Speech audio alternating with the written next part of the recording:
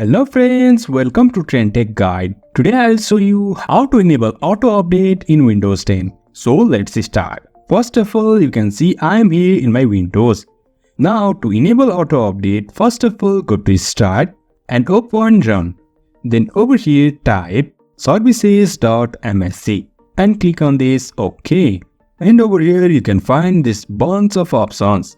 Now click on any one and type W on your keyboard. Now scroll down and head into this Windows Update. Right click and go to Properties. Over here you can see this is disabled. That means our Windows Update is disabled. To turn this on, click on this drop down and over here you can select automatic or manual updates. Now I'll go with manual and apply and OK.